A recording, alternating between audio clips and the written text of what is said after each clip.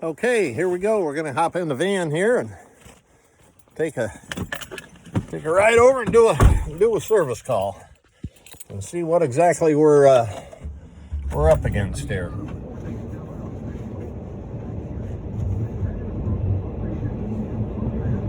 What we got here? Reillo. Take the cover off and Reillo Burner. And it appears as though we've got an oil leak on the burner. So let me set this down here. And it's the air jack. They call it a hydraulic jack. They these are prone to leaking. Yep. And that's where it's leaking from. So we can change that out. Not a big deal. I stock them on the truck. And so we'll be right back. Okay, here's what we got. Hydraulic jack. And this is what's leaking right here. It's the short. They make two different ones for Reillo Burner. And this is the short one. And we're gonna try and position this so you'll be able to see and get this thing off of here. Screwdriver. That's all it takes.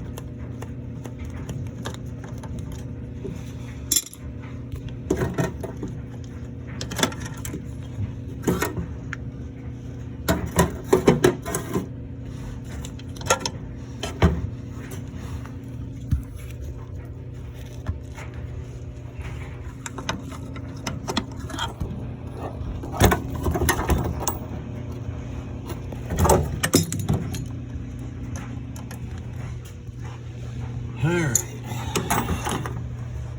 got it in. Check for leaks.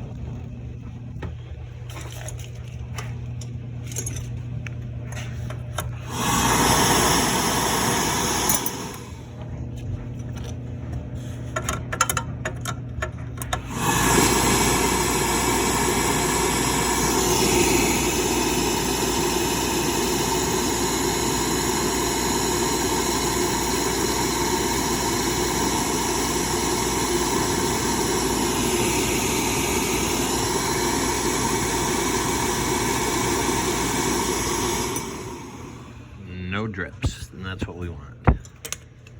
There's the old one. There's a little insert, comes with a new one. You just reuse the screw, slid the insert into the new one.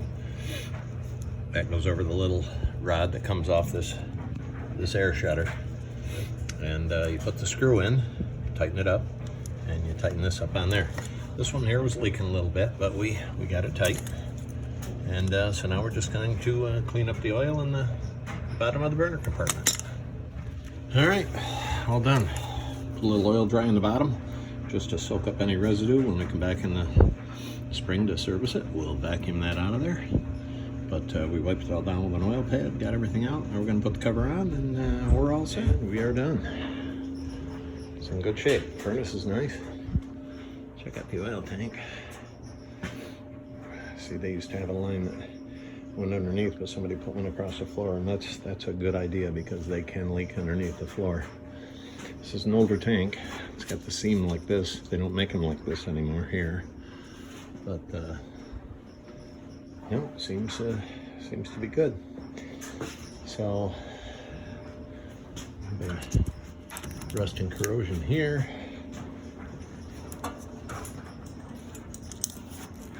See, I think it's burning. Yeah, it looks like it's burning fairly clean, and I don't see anything in there. So I think we're good. All right, we are out of here. Okay, well, time to go back and get the oil truck. Go back to work. One of the things I like to do, like when I work on something like this, it has brass, that hydraulic jack. That's what they call it. Reillo calls it on their burners. It's made out of brass. And one of my hobbies is clock and watch repair. You know, the old wind-up clocks and things. So I save out of the filler valves, that little brass rod that goes in there. I save that. And where'd the other piece go here? Right down the bottom of my pocket where it shouldn't be. Well, I'm not gonna dig it out now, but anyway. Oh, here it is, right here. This thing here, these make great bushings in a clock. I can put that in my little lathe and I can turn those, and they're already pre-drilled. Depends on, you know, the size of the bushing you need. But I can pull this apart, take this brass rod. I can salvage a lot of stuff out of this, you know, for working on the clocks and things that I do, you know, for a hobby. So it works out pretty good. So let's get belted in here, and we'll head back to the garage. That's if I can get out of this driveway. But I got to tell you, this van, two-wheel drive, of course, it's probably the weight that I carry, but I'll tell you what, this is good in the snow. So, you know, I got no complaints. About a mile or so, we just come over this way, so it's kind of redundant for you to see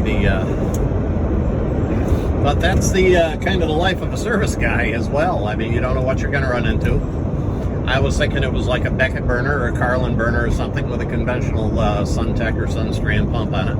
I figured it was probably the shaft seal was leaking, or maybe a fitting on the pump was loose. But had I known it was a Reillo, as soon as I saw that, I knew right where to go. And it's those they call them hydraulic jacks. They open up the air shutter, and they're problematic. I mean, they last a long time, but when they go, they go. And now they do make a kit, which I have somewhere on the van. You take the shutter off, you take that jack off, and then you take that line off, and you have to find where it goes into the burner, and you have to put there's a special plug that goes into that hole. And but I didn't really want to dig around the van and try and find that kit, because I used to know where they were when they were in my old van, but when I bought this, I moved everything over, and I kind of lost track of them. I know they're in here somewhere, so I just got to locate them and make sure I have them where I can access them, because, you know, if I don't have one of those jacks, I'm going to be able to put that kit on there and you know, and eliminate the jack. That jack is for, I guess for lack of a better term, I believe standby loss. When the burner's not running, it closes that air shutter, and then air cannot go through the furnace and up the chimney, and it's supposed to be an efficiency type of system, or to aid in efficiency of the burner and the furnace and things. See a lot on boilers too, the same thing. But that's one of the Reillo's a good burner. I mean, they're a very good burner. They run and run and run. A lot of guys don't like them. They're not bad if you know how to work on them, if you stock the parts. You just have to have a little experience with them. They're different. I mean, as far as how they operate, how they ignite the fuel and things like that. And I've had a few that have given me some problems, but I was always able to figure them out. because I don't give up. I keep at something until I'm able to fix it. So I have yet to have one that I couldn't fix. There goes one of my customers right there. Just waved. I don't know if you saw him, but yeah, I have yet to have one that I could not fix. So, all right. Well, we're almost back to the yard. Gonna hop in the oil truck, and I guess I probably have to reload and head out and make some more deliveries.